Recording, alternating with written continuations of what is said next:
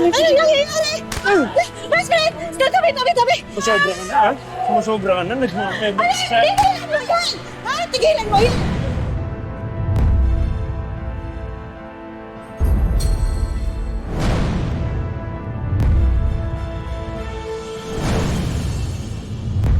Anong klaseng pananakit ang ginawa niya sa'yo? Nung minsan, sinita ko po siya. Oo.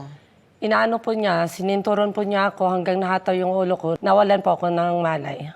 Nawalan ka ng malay. Opo. Bakit? Anong ginawa sa'yo?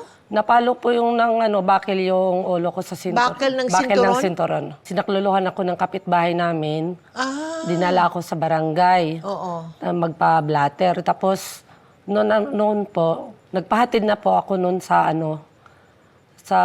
airport para umuwi na po ng Leyte kasama yung anak ko. Anak! Mama! Teka dito. Ipayakap si Mama.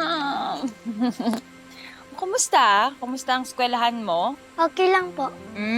Naku, gusto mo na ba kumain? Nagugutom ka na ba? Mama, pati pa po tayo lumuluwas sa Manila. Miss ko na po si Papa eh.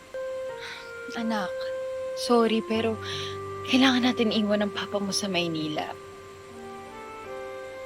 Si Papa! Si Papa! Papa!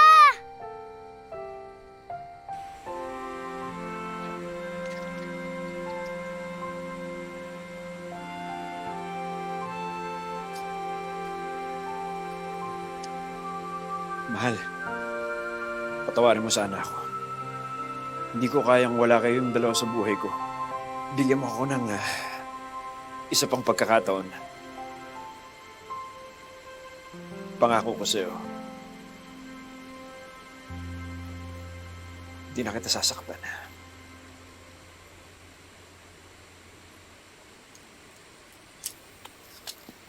Papa, dito ka na lang po. Huwag ka na pong aalis.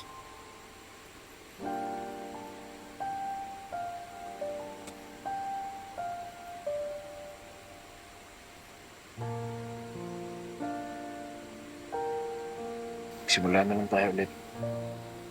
Maglulungan ako sa bangko. Tapos na magnegosyo tayo. Basta, pangako mo sa akin na babago ka na. Ako naman. Alam mo, nung iniwan niyo ako ni Patrick sa Manila, naisip ko na hindi ko kaya nang wala kayo sa buhay ko.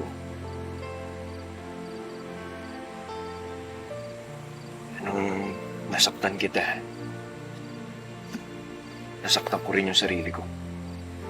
Kaya sana, tawarin mo na ako. Sa tingin mo ba kaya ko magtanim ng sama ng loob sa'yo? Kasi kung mahal mo, mas mahal kita. Bakit? Kasi hindi ko alam. Kasi mahal kita. Kaya pinapatawad na kita. Tama ka. Simula tayo ulit. Talaga?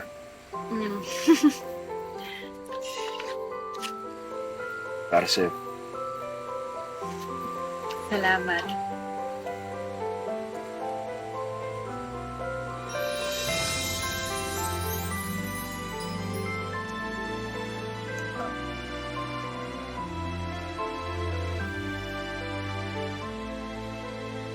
Para sa kanyang anak, pinili ni Marie Chris na patawarin si Tonyo at sinubok magsimulang muli bilang mag-asawa. Inaanay na ba talaga yung puso mo, Marie Chris, ha? At napakarupok? Dinala kita dito sa Leyte para ilayo dyan sa asawa mo. Tapos umalis lang ako saglit. Pagbalik ko, kayo na ulit. Brenda, nagbago naman na si Tonyo eh. Tignan mo nga, may sarili na kaming sasakyan dahil sa kanya. May sarili na rin kaming kalabaw. Ay nako, ang demonyo hindi nagbabago. Natawad na ako ng asawa ko, di ba?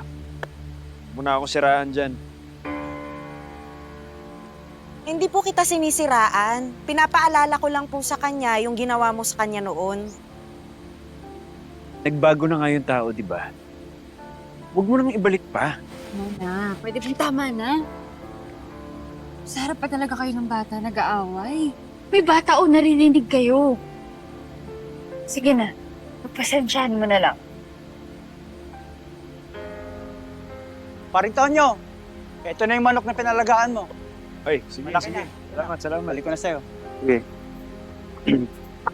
Brenda, hawakan mo nga muna si Patrick. Ayan, Panabong ko. nagsasabong ka? Wala to. Panlibangan ko lang dito. Boring dito eh. Huwag ka na mag-isip ng kung ano-ano. Mama, Papa, pwede po ba tayo mamasyal? Oo naman. Yay! Tara. Di ba? Okay. Siyempre, makakasakit tayo dyan sa sasakyan natin, ha?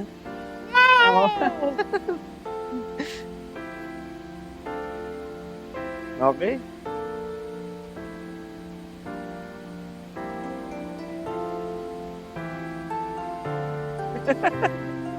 Okay. Ready ka na? Tara? Oo, di ba? Ikaw. Tara. Sige. Dito ka. Dito ka.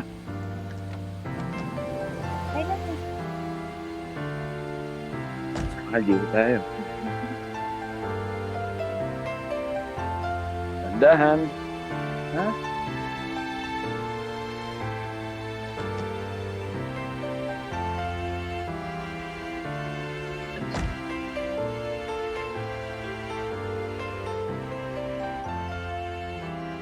Ngunit kung akala ni Marie Chris ay nagsimula ng magbago ang kanyang asawa, panibagong red flag na naman pala ang makikita at mararanasan niya rito. Kumapit ka lang, akong bahala sa'yo. Ito mo. Alalayan mo. Yeah. Sandali, ayan. Wala, pauulag pa tayo. Di ba? Sabi ko sa'yo, akong bahala sa'yo eh. Sabi ko na nga ba eh, mga hayop kayo, mga malandi ka babae! Marie Chris, ano ba? Babae ka, kakalbuhin kita! Marie Chris! Ano ba? Binawa ko! Tumigil ka, Marie Chris! Hindi ka ba nahihiya? Ay, kung malandi ka, kitang-kita. Tama na. Mahiya ka naman. Ikaw ba talaga matapang ako? Mahihiya! Ano bang iniisip mo? Nakikipagkaibigan lang ako dito. Tatanga-tanga ka talaga. Palibasa, nilaso na ni Brenda yung utak mo. Anong kaibigan? Kitang-kita kung paano kayo maglandian ng babae. Yan, alam mo, kakasinin kitang babae ka.